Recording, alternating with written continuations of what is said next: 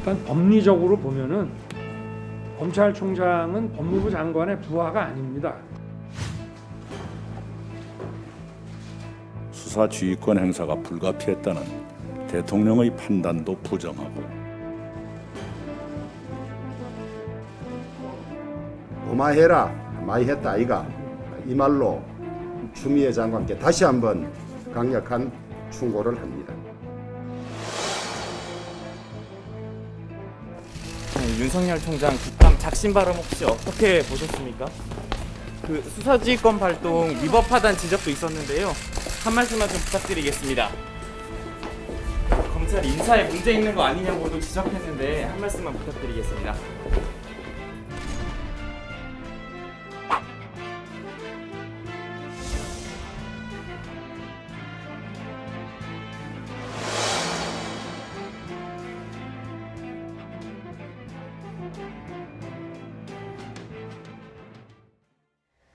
네, 윤석열 검찰총장의 어제 국정감사 발언을 놓고 정치권에서 후폭풍이 거세게 일고 있습니다. 민주당은 윤 총장이 민주주의의 기본 원칙을 무시하고 있다고 공세에 나섰고 국민의힘은 추미애 법무부 장관의 사퇴를 촉구했습니다. 나이트 포커스 오늘은 박창원 장한대 교수, 장성철 공감과 논쟁 정책센터 소장과 함께하겠습니다. 안녕하세요. 예, 그동안 좀 말을 아껴온 윤석열 총장, 어제 국감장에서 밝힌 발언들을 놓고 오늘 하루 종일 후폭풍이 거셌습니다. 먼저 어제 어떤 발언들을 했는지 주요 발언 먼저 듣고 오시죠. 법리적으로 보면은 검찰총장은 법무부 장관의 부하가 아닙니다. 특정 사건에서 총장을 배제할 수 있는 권한이 과연 있냐? 이런 사람들의 어떤 얘기 하나를 가지고 총장의 지휘권을 박탈하고 또 검찰을 이렇게 공박하는 거는 그거는 정말 좀 비상식적이라고 저는 생각합니다. 중상모략이라는 단어는 제가 쓸 수 있는 가장 점잖은 단어라고 저는 생각합니다. 너무나 우리 윤석열 총장 탄압은 어리어리 느낄 때 선택적 정의라고 생각합니다. 안타깝게도 윤석열이 갖고 있는 정의감, 공정심 이 부분에 대한 의심을 낳게 되었습니다. 그것도 선택적 의심 아니십니까? 과거에는 안 그러셨지 않습니까? 우리 사회와 국민들을 위해서 어떻게 봉사할지 그런 방법은 좀 천천히 퇴임하고 나서 한번 생각해 보겠습니다. 지금은 제가 방법에는 네. 들어갑니까? 글쎄 그거는 제가 지금 말씀드리기 어렵습니다. 네. 예, 정말 많은 말들을 쏟아냈습니다. 특히 추미애 장관의 수사지휘권 행사에 강한 불만을 드러냈는데 검찰총장은 장관의 부하가 아니다. 중상모략은 가장 점잖은 표현이다. 여러 지금 말들을 쏟아냈거든요. 어떻게 보셨습니까? 저는 어제 국감 보면서요.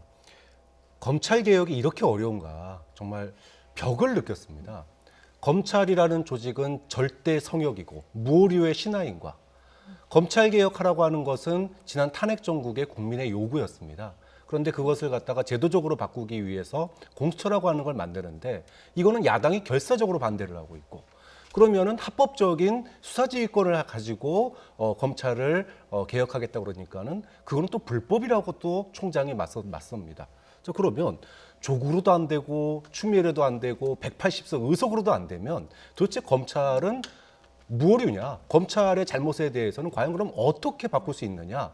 도대체 할 수 있는 게 뭐냐라고 하는 그런 벽 같은 거를 느꼈어요. 좀 그런 점에서 윤석열 총장이 검찰총장 된 이유 중에 하나는 검찰을 개혁하라고 보냈는데 그럼 윤석열 총장의 지금의 행동과 지난 2년 동안의 검찰의 모습은 개혁된 검찰이고 무오류의 검찰인지 여기에 대해서 여전히 의문을 가질 수밖에 없다. 좀 그런 점에서 검찰개혁이라고 하는 본질은 사라지고 법무부 장관과 검찰총장의 진흙탕 싸움만 남은 정말 검찰개혁이 이렇게 어려운지를 또 한 번 느끼게 되는 장면이었다고 봅니다. 예, 검찰개혁은 너무나 머나먼 일이다. 그리고 벽 같은 걸 느꼈다라고 말씀을 해주셨는데 어떠십니까?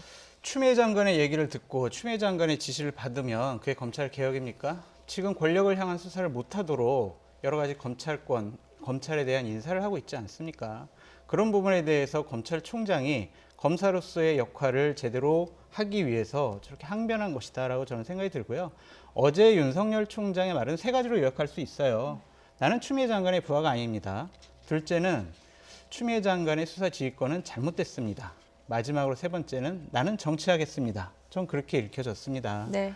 여러 가지로 준비되고 단어 선택 등을 보면 철저하게 준비된 발언들을 했다라고 보여집니다. 예. 어제 윤석열 검찰총장이 그 거취를 묻는 질문에 말씀하셨듯이 사회와 국민들을 위해서 어떻게 봉사할지 천천히 생각해 보겠다라고 했는데 이게 과연 정치를 염두에 둔 말인가? 확실히 정치를 할 것이다라고 보시는 거군요. 그렇죠. 보통 이제 정치를 안 하려고 하거나 아니면 예. 나는 관심이 없어요라고 하려면 무슨 말을 해야 되냐면요. 저는 한 번도 생각해 본 적이 없습니다라거나 저는 청장의 소임을 끝까지 그냥 잘 마무리하겠습니다. 이런 식으로 얘기하지 말씀드리기가 어렵습니다라고 즉답을 피했잖아요. 예. 이거는요. 결국에는 나는 정치하겠다라는 속내를 드러낸 것이다라고 보여집니다. 예. 그런 측면에서 민주당은 검찰총장이 정치하려고 하냐라면서 지금 총공세를 펼치고 있는 것 같습니다. 그 부분에 대해서는 어떻게 보십니까? 네, 뭐 이제는 선택의 여지가 없는 상황이 됐어요. 그러니까 문재인 대통령이 검찰 개혁을 위해서 총장으로는 윤석열 카드, 그 다음에 장관으로는 조국 카드를 내밀었는데 이게 이제 시작부터 어그러졌죠. 그리고 이제 그 후속으로 추미애 카드를 내세웠는데 결국은 어느 한쪽을 선택할 수밖에 없는, 좀 대통령이 나서서 상황 정리를 하지 않으면 도저히 안 되는 이제 그런 상황까지 왔습니다. 윤석열 총장이 과연 검찰총장으로서의 한 길만 걸었느냐라고 본다면 어저께 청문회 과정에서도 사실은 선택적 답변을 했어요. 예를 들어 조선일보나 중앙일보 사주와의 만남에 대해서 자신에게 어떤 좀 불리한 거에 대해서는 답변을 회피했고요. 그리고 반박하는 거에 있어서는 굉장히 감정적이었습니다. 예를 들어 예전엔 안 그랬지 않냐? 이러면서 옛날에는 자기를 비호했던 여건이 왜 이제는 비판하느냐 이러면서 비아냥거렸거든요. 그리고 퇴임 이후에는 뭐 봉사를 생각해 보겠다 이러면서 정치를 갖다가 암시하고, 그러면 검찰총장이라고 하는 자리는 대통령이 임명하고 법을 집행하는 자리입니다. 온리 딱 그 정해진, 그렇기 때문에 다른 이야기나 다른 생각을 하면 안 되는 자리인데 선택적 답변을 하고 정치권에 대해서 비아냥거리고 향후에 정치에 꿈이 있다는 듯한 암시를 주고 이러면 과연 그 자리에 있을 수 있겠느냐. 좀 그런 점에서 이제는 대통령이 선택해야 되는 시점이 오지 않았느냐 생각합니다. 예. 민주당 역시 윤 총장의 발언을 두고 매우 부적절했다라면서 총공세를 펼쳤습니다. 검찰총장과 여권의 갈등, 이번 국정감사를 계기로 또다시 폭발하는 모습인데요. 오늘 이낙연 민주당 대표의 발언 직접 듣고 오시죠. 국회 법사위 국정감사에서 나온 검찰총장의 발언과 태도는 검찰개혁이 왜 그리고 얼마나 어려운지, 공직자의 처신은 어떠해야 하는지를 역설적으로 드러내며 공수처 설치의 정당성과 절박성을 입증했습니다. 검찰총장은 법무장관의 수사지휘권 발동에 대해 위법하고 부당하다고 했습니다.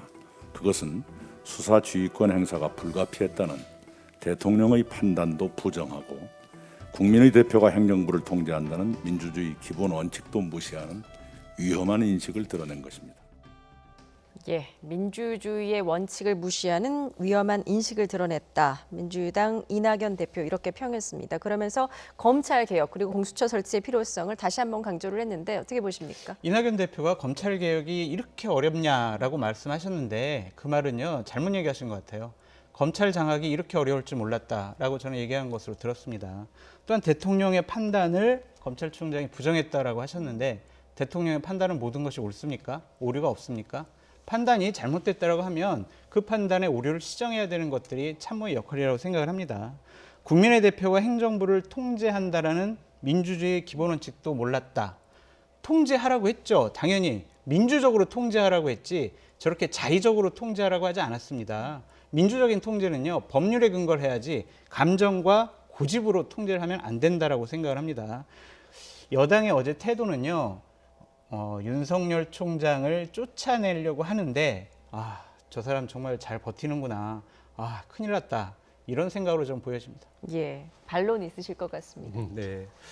검찰 개혁에 대해서 그럼 윤석열 총장은 뭘 했느냐? 자, 이번 라임 사태에서도 드러났지만은 부패한 검찰에 대해서 그러면 철저하게 조사하라고 얘기만 하면 끝나는 거냐? 그럼 도대체 그런 검찰에 대한 통제는 검찰총장이 어떻게 받느냐? 그 다음에 선택적 수사에 대해서는 검찰총장이 예를 들어 자신 뭐 가족 얘기까지 하지 않더라도 예를 들어 조선일보라든지 중앙일보라든지 당시 자신이 중앙지검장으로 있으면서 관련된 사건들과 관련해서 그런 사건들의 만남에 대해서는 답변조차 하지 않고, 그러고 어떤 특정 사건에 대해서는 뭐 예를 들어 조국 사건 같은 경우에는 엄청난 뭐 조사를 하고 이런 식의 선택적 수사를 했던 거에 대해서는 어떠한 또 해명도 없어요. 좀 그런 점이 있어서 검찰총장이 검찰에 대한 개혁과 통제 이런 부분들을 뭐 어떻게 해왔는지, 그러니까 검찰 조직에 사람에 충성하지 않고 조직에 충성한다고 그랬는데, 조직의 장점을 갖다가 충성하는 건 좋지만 조직의 단점은 바꾸라고 앉은 자리 아닙니까? 근데 조직의 단점까지도 안고 가겠다라고 얘기를 한다면 그것은 개혁 총장이 아닌 거죠. 예. 자, 국민의힘은 윤 총장을 두둔을 했습니다. 그러면서 오늘 오히려 추미애 장관의 사퇴를 촉구를 했는데, 수사지휘권 발동과 관련해서는 고발 카드까지 꺼내들었습니다. 주호영 국민의힘 원내대표의 발언 직접 듣고 오시죠. 울산시장 선거 공작 사건 수사 못하도록 막은 일, 또 환경부 블랙리스트 수사한 사람들 전부 내친 일, 권은유착 사건 때 한 일, 이런 것들이 다 드러나서 이미 정권의 공을 세울 만큼 세웠습니다. 족함을 알면 지금이라도 그만두는 것이 맞습니다. 우리 이 한국 영화에 나오는 고마해라 많이 했다 아이가, 이 말로 추미애 장관께 다시 한번 강력한 충고를 합니다. 예, 어제 국정감사장에서도 뭐 윤석열 총장을 굉장히 비호하는 모습을 많이 보였었는데, 그동안 이제 추 장관의 수사지휘권 발동 때 국민의힘은 뭐 논평을 내는데 그쳤습니다. 그렇지만 이번에는 좀 더 적극적인 공세로 전환을 한 모습인데, 지금 특검 카드를 좀 더 강조를 하고 있습니다. 어떻게 보십니까? 지금 사실 여권에서는 이 공수처법 개정, 그러니까 지금 야권이 인사위원회 구성의 2명의 추천인을 지금 하지 않고 있거든요. 이렇기 때문에 지금 7월 달에 법이 통과돼서 시행되고 있는 공수처가 아직 첫 발도 못 디디고 있어요. 그러니까 이것을 위해서 지금 사실 마지노선으로 이달 안으로 공수처법 국민의힘이 추천하지 않으면 공수처법을 바꾸겠다, 이런 마지노선을 긋고 있는데, 이런 상태에서 특검을 하게 된다면은 공수처를 갖다 사실상 무용지물화시키는 그런 효과를 가져올 수 있는 거거든요. 좀 그런 점에서 윤 총장과 여권의 이런 반발, 이런 대립, 이런 구조의 사이에서 그것을 지렛대 삼아가지고 사실상 공수처법 개정을 갖다가 넘어서서 특검으로 충분하다, 그리고 이 공수처라고 하는 것 자체는 출범해서 안 된다, 이런 것들을 좀 하기 위해서 지금 이제 특검을 밀어붙이는 그런 모양새가 되고 있는 것 같습니다. 예. 기본적으로 특검으로 가야죠. 왜냐하면 추미애 장관도 얘기했잖아요. 검찰 수사 못 믿겠다라고 했잖아요. 검찰총장 못 믿겠다라고 해서 수사를 배제시켰습니다. 그러면은 지금 계속 하고 있는 검찰 수사 믿을 수가 없잖아요. 답은 그럼 특검으로 갈 수밖에 없지 않습니까? 이거는 추 장관의 말에 의해서도 이것은 국민의힘의 주장이 좀 정당성이 있다라고 보여집니다. 예. 기본적으로 한 110명 정도가 특검 법안을 발의했는데, 이것은 여당이 안 받아들일 것 같아요. 왜냐하면은 구성하고 뭐 조사하고 하면 한 5개월 걸리거든요. 그러면 내년 4월달 보궐선거와 이제 딱 맞닥뜨리게 됩니다. 네. 아무리 봐도 여권의 불리한 사항을 여당이 받아들이지는 않을 것 같다라고 말씀드립니다. 예. 뭐 좀 거기에 대해서 한마디 더 해야 되겠는데요.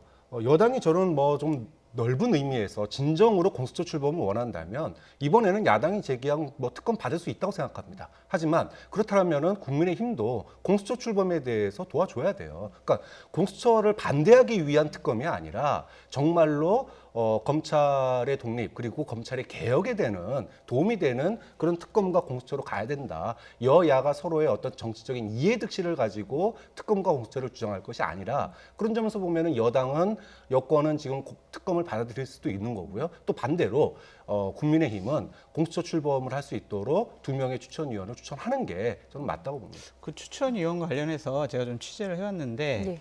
그 지도부에서는 2명의 대상자를 이미 좀 선정을 해놓은 모양입니다. 예. 그래서 주말에 좀 여당과의 어떤 협의, 회담을 통해서 뭐 특검은 어떻게 할 거냐, 공수처 출범에 대한 야당의 우려를 좀 전달을 하고, 예. 26일 날까지 여당이 기한을 설정했잖아요.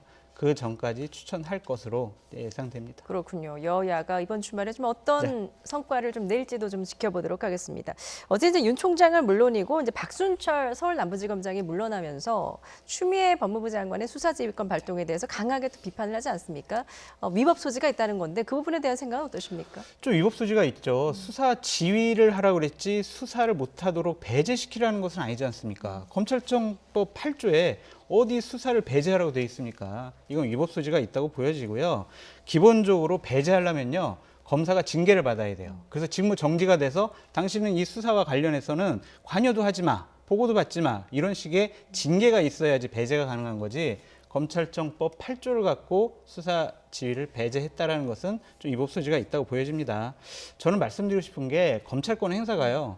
정치인의 장관의 행정권에 의해서 좌우된다면 형사 사법의 공정성과 독립성은 요연해진다. 이것은 추 장관이 너무 과하게 수사 지휘권을 발동하고 있다. 우려스럽다라고 말씀드립니다. 예, 국민의힘 역시 이제 검찰청법 8조를 위반하는 직권남용으로 판단을 하고 고발하겠다 이런 입장입니다. 어떻게 생각하십니까? 네, 뭐 이것 때문에 사실은 이제 공수처, 그러니까 검찰에 대한 통제, 검찰의 어떤 잘못을 했을 때 그것을 바꿀 수 있는 그런 것들이 지금 하기 위해서 나온 게 이제 공수처인데 이게 안 되다 보니까 사실은 무리하게 수사지휘권을 발동한 경우가 있다고 생각합니다. 좀 그런 점에서 아까 얘기했다시피 공수처 출범을 빨리 야권에서 하게끔 도와주고 그리고 지금 얘기가 나오고 있는 뭐 예를 들어 직권남용 문제라든지 또는 그 권력과의 그런 뭐 부패고리 이런 게 있다면은 그건 뭐 특검으로 얼마든지 할 수 있다고 봅니다.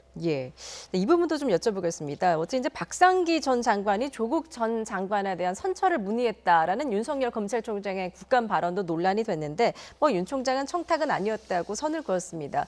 이것과 관련한 논란은 좀 잦아들 거라고 보십니까? 논란이 뭐 별로 중요하지 예. 않을 것 같아요. 이미 뭐 조 전 장관 장관직도 아니고 사법 처리 절차를 밟고 있지 않습니까? 별로 크게 중시되지 않을 것 같다라고 말씀드립니다. 예, 어떻게 보십니까? 뭐 이미 법원의 판단을 받고 있는 중이기 때문에 네. 뭐 이거 자체가 이제 무슨 의미가 있겠습니까? 그렇지만 당시에 검찰총장인 이 윤 총장이 조국 전 장관 낙마를 갖다가 제기했었기 때문에 그것과 관련해서는 그러니까 검찰이 조국 장관에 대해서 어떤 실체적인 의혹 그리고 증거를 가지고 조국 사건을 대했는지 아니면 낙마시키기 위해서 했는지 이런 부분들과 관련해서는 뭐 사후에라도 한번 뭐 판단을 받아볼 문제 아닌가 싶습니다. 예, 어제 이제 국정감사 윤석열 검찰총장에 대한 국정감사 전 국민이 굉장히 많이 지켜봤고 또 많은 정치인들이 오늘 이와 관련해 언급을 했습니다. 그 가운데 한 명이 이제 무소속 홍준표 의원인데 어떤 말을 했는지 좀 살펴보도록 하겠습니다. 법무부 장관과 검찰총장 간의 영역 싸움에 국민만 짜증이 난다. 그러면서 이제 둘 다 물러나라. 추 장관은 이제 그만 정계를 은퇴하고 윤 총장은 사퇴하고 당당하게 정치판으로 오라라고 말을 했습니다. 어떻게 드셨습니까? 제가 뭐 처음 말씀드렸듯이 윤석열 총장은 결국에는 정치권에 발을 들일 수밖에 없다라는 생각이 들고요. 홍준표 전 대표께서도 그런 예측을 하신 것 같습니다. 그런데 어제 제가 이제 윤석열 총장의 모습을 보고 저분 참 정치하기 어려운 스타일이다라는 생각이 들었어요.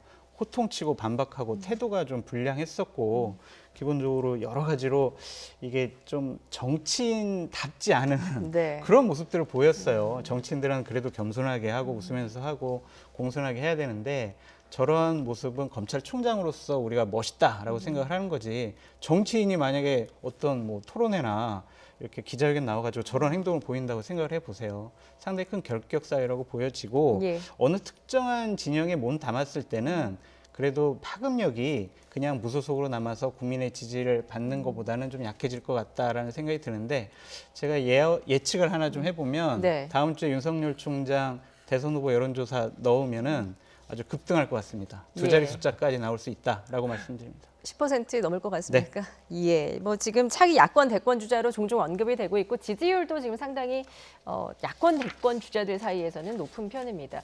만약에 정치권으로 온다면 좀 파급력이 대단할 거라고 보십니까? 네, 뭐 그렇기 때문에 홍준표 의원 같은 경우도 벌써부터 경계를 하는 거 예. 아니겠습니까? 참 야권으로서 지금 나간다면은 뭐 여당으로 나오진 않을 거 아니에요. 그럼 이제 야당으로 나올 수밖에 없는데 가뜩이나 지금 인재란에 시달리고 있는 야권으로서는 이 윤석열의 등장이라고 하는 것은 거의 이제 그런 후보군이 다 거의 씨가 마른다고 봐야 돼요. 그렇게 되면은 경쟁에 불을 지피는 게 아니라 다른 경쟁자를 압도하면서 그 자리를 차지할 확률이 매우 높습니다. 자, 그랬을 경우에 윤석열 카드라고 하는 게 과연 야권에게 얼마나 이제 그 소위 득실이 될 수 있겠느냐. 이 부분은 지금 야권의 소위 잠룡들에게는 네. 굉장히 이제 머리 아픈 상황이 되는 거고 또 차기 대권 구도에 있어서도 굉장히 여러 가지 이제 여야의 득셈이 이제 득실이 예. 굉장히 이제 셈법이 복잡해지는 이제 그런 상황으로 갈 텐데 일단 야권 잠룡들로서는 굉장히 두려운 잠재죠. 예. 후보가 등장하는 거죠. 뭐 지금 야권의 뚜렷한 대권 주자가 보이지 않기 때문에 지금 윤 총장이 계속해서 거론이 되는 것인데 만약에 진짜 야권의 대권 주자로 등판을 한다면 경쟁력이 있는 후보라고 생각하십니까? 그럼요. 지금 야권의 후보들 대략 보면은 2, 3%밖에 안 나오는데 제가 말씀드린 대로 다음 주에 만약 10% 이상 두 자리 숫자 나온다면요. 이것은 어마어마한 일이 될 겁니다. 국민의 지지를 두 자리 숫자를 받는다? 이것은요, 야권 후보들이 상당히 긴장을 하고 큰일 났다라고 생각할 정도의 큰 파급력이 있을 거라고 생각이 들어요. 예. 결국에는 윤석열 총장이 정치에 발을 들이는 것은 그냥 예정된 수순이다라고 보여집니다. 그렇군요. 자, 다음 주에 뭐 지지율 과연 소장님 말대로 될지도 좀 지켜보도록 하겠습니다. 자, 이번 갈등으로 이제 윤 총장의 거취도 주요 관심사 가운데 하나였습니다. 그런데 어제 윤 총장 문재인 대통령으로부터 임기를 지켜달라는 당부를 받았다 이렇게 말을 했죠. 이 부분 직접 듣고 오겠습니다.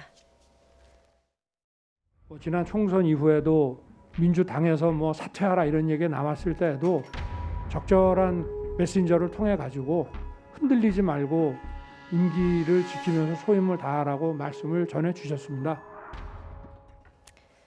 예, 윤석열 검찰총장 어제 이렇게 말을 했습니다. 없는 말을 지어내지는 않았을 것 같고요. 그렇지만 청와대는 오늘 이제 공식 입장은 없다, 확인할 수 있는 내용이 없다면서 좀 불편한 심경을 드러냈거든요.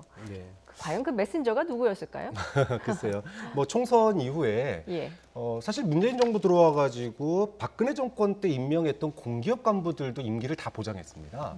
그런데 하물며 검찰총장의 임기를 가지고 중간에 나가라 마라 할 정권은 아니라고 생각해요.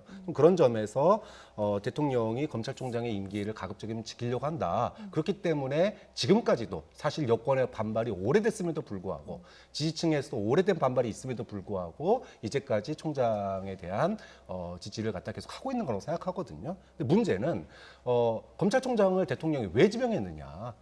검찰 개혁에 한 손을 좀 보태달라고 지명을 했는데 오히려 지금 검찰 개혁이 엇박자를 내면서 굉장히 이제 지금 진짜로 말 그대로 배가 산으로 가고 있는 형국이거든요. 좀 그런 점에서 검찰 개혁이라고 하는 본질은 사라지고 아까 뭐 홍준표 의원 말처럼 장관과 총장의 영역 싸움만 남은 그런 상황이 돼버렸기 때문에. 임기를 지키는 게 목적이 아니라 소임을 다하는 게 목적이죠. 좀 그런 점에 있어서는 이제는 대통령의 결단의 시간이 오지 않았나 싶습니다. 저는 짧게 좀 이 부분에 대해서는 윤석열 총장을 좀 비판하고 싶어요. 네. 대통령과의 어떠한 의중 전달이라도 직접적인 대화는 아니더라도 대통령과의 얘기를 이렇게 함부로 얘기해서는 안 된다고 생각이 듭니다. 예. 이 부분만큼은 얘기를 하지 말았어야 한다. 윤석열 총장이 말을 잘못한 것이다. 라는 생각이 들고 교수님 말에 제가 좀 반박하는 건 아닌데 윤석열 총장이 검찰개혁에 대해서 어떤 저항을 했나요? 정권을 향한 수사를 하자고 했었고 라임 수사 철저히 수사하라고 했습니다. 그런 것들에 대해서 어떤 검찰개혁에 대해서 어떻게 무엇을 했느냐라고 물어보시면 윤석열 총장도 되게 난감할 것 같아요. 추미애 장관이 여러 가지 본인의 인사권과 윤석열 총장에 대해서 마음에 안 드는 여러 가지 모습 등을 통해서 견제를 하고 있는 상황에서 윤석열 총장이 과연 무엇을 할 수 있었을까? 검찰개혁을 법무부에서 하라는 것은 다 했습니다. 아시잖아요. 여러 가지 다 한 거. 근데 윤석열 총장이 검찰개혁의 걸림돌이다라고 얘기를 하시는 것은 좀 동의하기가 어렵습니다. 예. 자, 오늘 뭐 추미애 장관의 압박도 사실 계속됐습니다. 라임 사건 관련해서 이제 검찰 비위 의혹을 법무부와 대검 감찰부가 합동 감찰하라고 지시를 했는데 이 역시도 이제 어떻게 보면 윤 총장을 직접 겨냥한 지시거든요. 이에 대해서는 좀 어떻게 보십니까? 그렇죠. 이제 그 지난번 그 수사지휘권 발동 때 총장이 대검이 소극적 수사를 한 의혹이 있다 그렇게 얘기했죠. 저는 사실 그 얘기했을 때 좀 깜짝 놀랐어요. 아니 어떤 근거를 가지고 대검이 소극적 수사를 하고 있다라고 이렇게 의혹이 있다라고 얘기를 할 수 있을까? 그럼 과연 그 근거가 뭘까? 근데 이제 국감에서 사실 자세한 내용은 나오지 않았습니다. 무슨 속내가 있는지 모르겠지만 장관이 법무부에서 소극적 수사, 대검이 소극적 수사에 의혹이 있다라고 얘기할 정도라면 뭔가 있으니까 얘기를 했을 텐데 좀 그런 점에서 지금 도대체 법무부와 검찰 사이에 어떤 것을 두고 싸고 갈등이 있는지 사실은 국민들은 그 내용도 자세히 모른 채로 둘 간의 싸움만 보고 있는 형국이거든요. 네. 좀 그런 점에서 정말로 의혹이 있다면 윤 총장이 소극적 수사를 하고 있는 것에 어떤 근거나 뭐 의혹이 있다면 그것을 갖다 구체적으로 좀 얘기를 했으면 좋겠다. 또 마찬가지로 윤 총장도 나 조사라고 했다가 아니라 실질적으로 예를 들어 야당 정치 라임 사건과 관련된 야당 정치인에 대해서 그것이 건이 안 돼서 소위 말해서 급이 안 되기 때문에 지금 발표를 안 한 거고 뭐 그런 것이 있다면은 뭐 조금은 좀 얘기를 해줬으면 좋겠는데 뭐 자기는 또 조사하라고 했다라고 끝나는 문제는 아니잖아요. 예. 그런 점에 있어서는 법무부도 또는 대검도 조금 좀 뜬구름 잡기식의 어떤 그런 그 논평만 하고 있는 거 아닌가라는 생각이 듭니다. 예. 대검 감찰부는 이제 조국 전 장관이 임명한 한동수 감찰부장이 이끌고 있고 또 임은정 그 부장검사도 합류를 했습니다. 이렇게 되면 윤석열 검찰총장도 감찰 대상이 될까요? 감찰을 하라고 지금 예. 감찰 지시를 내렸잖아요. 근데 대검 감찰부도 결국에는 총장의 산하에 있는 것인데 제대로 된 감찰을 할 수 있을까라는 걱정이 들고 법무부 직제령에 의하면요. 수사 중이거나 소추 중인 사건에 대해서는 감찰할 수가 없어요. 그런데 추미애 장관께서 좀 무리한 것이 아닌가라는 그런 생각이 좀 듭니다. 예. 이 부분도 상당히 계속 논란이 반복될 것 같아요. 예, 지금 뭐 수사 지휘권까지 발동한 상황에서 감찰 지시하는 건 좀 과잉 대응이다라는 지적이신데요. 어떻게 보십니까? 그럼 도대체 뭘 할 수 있을까요? 검찰의 수사가 라임의 수사가 예를 들어 산으로 가고 있다. 자, 그랬을 때 그럼 도대체 국민은 검찰 개혁하라고 180석이나 뽑아줬는데 그럼 도대체 뭘 할 수 있느냐? 아니 공수처도 못 만들게. 그다음에 수사지휘권도 불법이라고 그래. 그다음에 감찰하라고 그랬더니 이거는 수사 중인 사안이기 때문에 안 된대. 그럼 도대체 제가 그래서 아까 도대체 검찰 개혁은 어떻게 하면 될 수 있는 건지 방법을 좀 알려다오라는 얘기가 나 하고 싶은 거거든요. 좀 그런 점에서 윤 총장이 불법이다라고만 얘기할 것이 아니라 어떻게 하면 검찰 개혁이 될 수 있는지 또 국감의 방향도 윤 총장이 이런 부분들을 좀 더 해줬으면 지금 검찰 개혁의 방향에 도움이 되겠다는 얘기가 됐으면 좋겠다. 그런 점에서 이번 국감은요, 저는 진짜로 알맹이가 빠졌다고 생각해요. 검찰 개혁의 내용은 사라지고 네가 이거 하지 않았냐 안 했냐 이것만 가지고 싸우는 즉 영역 싸움만 하고 있는 거거든요. 예. 좀 그런 점에서 여당도 또 야당도 정말로 본질인 검찰 개혁을 하기 위해서 검찰과 법무부가 지금 뭘 해야 되는지에 대한 이야기를 조금 더 국민들이 납득할 수 있게 좀 이야기를 해주는 자리로 좀 더 거듭났으면 좋겠다는 생각이 듭니다. 예, 검찰 개혁이라는 본질이 빠진 알맹이가 빠진 그런 국감이었다라는 말씀까지 들었습니다. 혹시 마지막으로 첨언할 말씀 있으십니까? 교수님 말에 전적으로 동의합니다. 예, 알겠습니다. 오늘 두 분 말씀 여기까지 듣도록 하겠습니다. 박창원 장한대 교수, 장성철 공감과 논쟁 정책센터 소장과 함께했습니다. 잘 들었습니다.